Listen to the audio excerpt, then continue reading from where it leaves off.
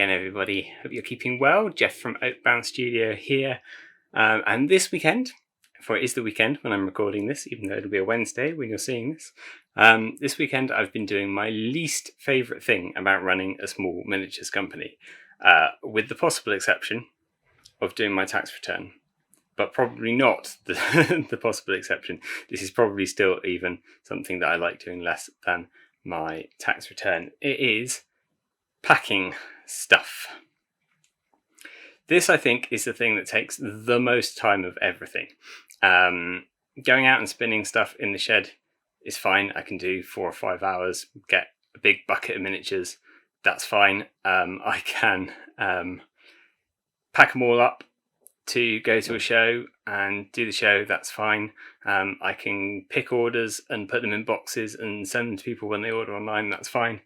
But actually putting each individual figure in a little baggie with a little card insert and the right bases, it takes such a long time.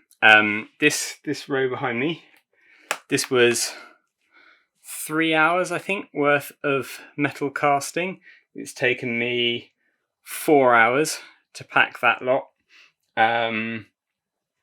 I mean, that'll keep me going for a little while of those particular things. This is part of my colours show restock, so this will keep me going for a little while. It's not something that I do in this quantity very often. When I do the big restock for Salute, that's probably 30 to 40 hours of casting, and then maybe 100 hours of packing. Possibly not quite that much, but at least as much packing as casting. So that's a big deal over. That takes me about 2 or 3 months to get together, and then that lasts me until about now, and then I do a smaller restock repack. I'm going to need to be out casting again next weekend and probably packing the weekend after that. So I'm probably halfway through this. But the reason that I was going to talk about packing today is that I have spent all of yesterday packing a new project, the Advent calendars, which I mentioned in a previous video. I wasn't sure how that was going to go. Essentially, the Advent calendars I ordered from a company, printed cardstock outsides, but because I'm only ordering a small quantity, I couldn't order them with empty trays. I had to order them with their pre-packed chocolate trays, and I don't want to put chocolates in. I want to put toy soldiers in, and I don't want to unpack all of the chocolates, have to eat all of the chocolates and then repack them with lead soldiers. So I decided that I was going to design and laser cut my own trays, and just to make things even more complicated for myself, I wanted to maximize the amount of content that you would get out of the Advent calendar frame, which meant using parts of the inside as well of it without giving any spoilers away. That will come into play. So it meant that I couldn't even make the Advent calendars up as they were intended to be made up and then slide the tray in. It's been quite a laborious process. So the process of packing all of the miniatures, all of the dice, all of the components, folding the cardboard trays, which I laser cut, so didn't take me much time other than changing over the materials to cut them, but all in all it took about 5 hours on the laser cutter to cut them all out. Folded all of those up, taped them, had to do some cuts to the frame of the calendar to make it sit together, and then put it all together. Fill it, put it all together. That in total took me about 12 hours yesterday to do 30 calendars. So no small feat. And if you put that, because it's a game, so if you put that alongside the time spent writing the rules for the game and testing the game and testing each of the scenarios that are in the pack and creating the web resources that I need to run it, and doing all of the kind of writing and layout bits and pieces. It's been quite a mammoth project. I can see why not many small companies do advent calendars, but I think it's going to be good. I think in future years, given that 12 hours plus is a long time to be packing 30 calendars. I mean, if you're looking at four hours for this lot, and purely financially wise, the financial, the product value, if you like, of this is probably half, maybe, that of the advent calendars. So 8 hours. So the advent calendars are lagging a bit in terms of the even if I just use the same rules and just produce more calendars, it's lagging in terms of the manpower. Cost effectiveness wise, there are other things that I could do in future years, and I do want to, if this is successful, I mean, this is a trial, this is a test, this is an idea that I had back in November last year and started work on January, February this year, and have been rolling it through a bit at a time, doing the research, putting bits together at the time.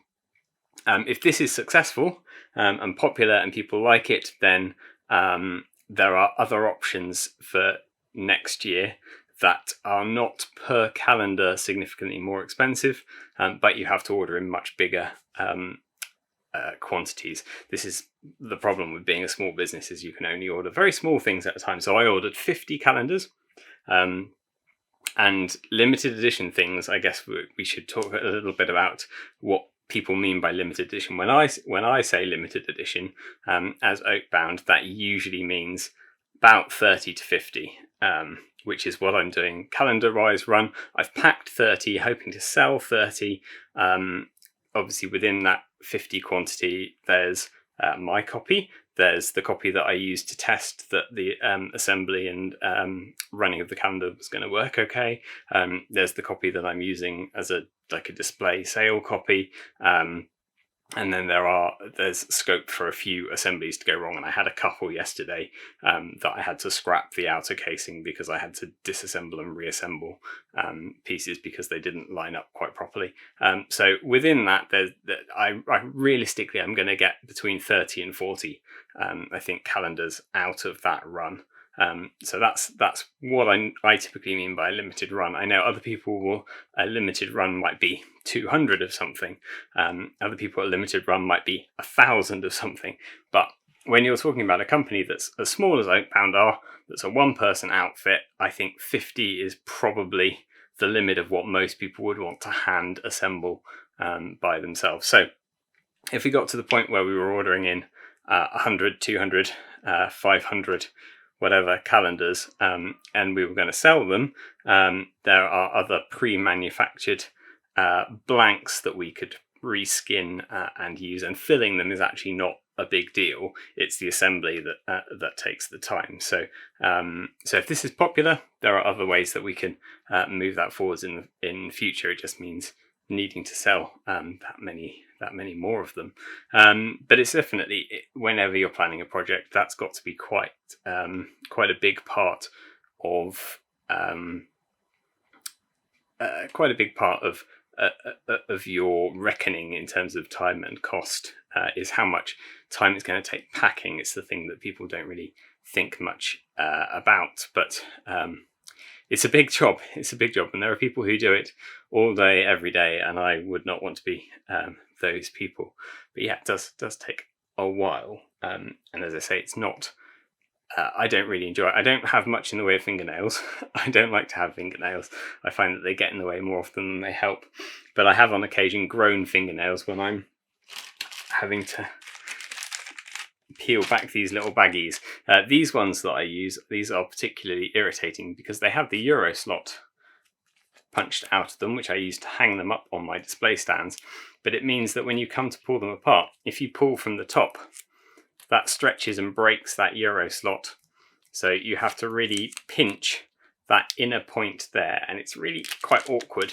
And I'm getting better at it, and having nails does help a little bit, but it's far more awkward than the full baggie. In the past, I've tried having just the full header baggies they're much easier to open, and then punching the Euro slot in them afterwards. But punching them, this is really flexible plastic, and it doesn't work very well with any of the kind of domestic punches that you can get hold of. So that's not much fun opening those, and I tend to get very sore ends of my fingers if I've been doing it for a while.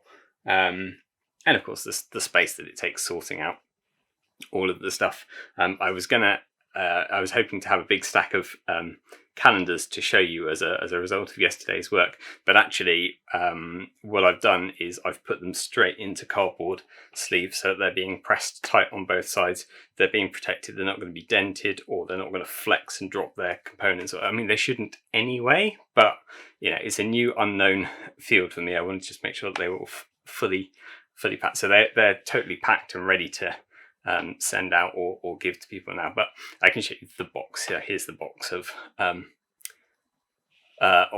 30 calendars with my display copy still out on top there. And that's something that I had to do laid out on my dining room floor because there we go.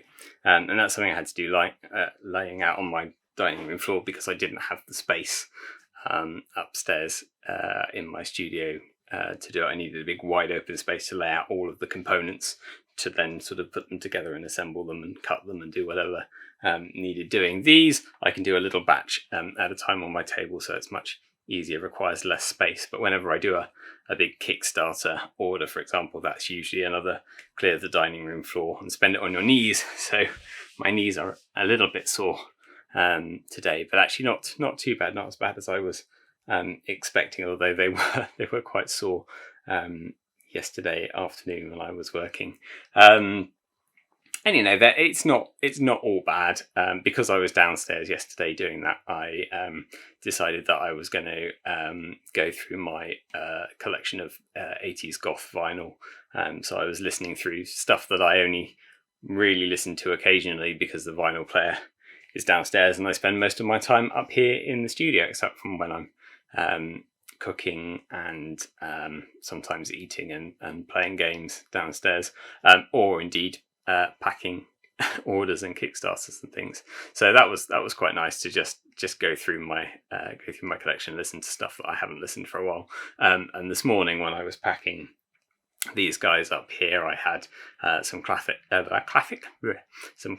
Mythbusters episodes on the go. So that's fun, as long as you've got something entertaining to take your mind off the tedium of what you're doing. But I do try to keep it to a couple of hour bursts and then do something else for a bit and then get back on it, because otherwise it can get pretty tedious. So there you go. Today's insight into the world of running a small miniatures business.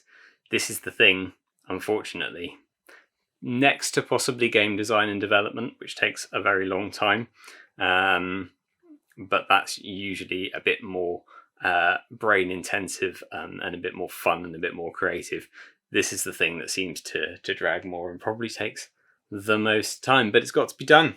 So these, as I say, this is my restock for colours.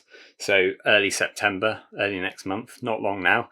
And then after colours, the remainder of these will be up on the website. So if you're looking for stuff to restock, that'll be coming soon. And if you are coming to colours, stop by, say hello, and buy some freshly packed toys. Take care in the meantime, and I shall see you again soon.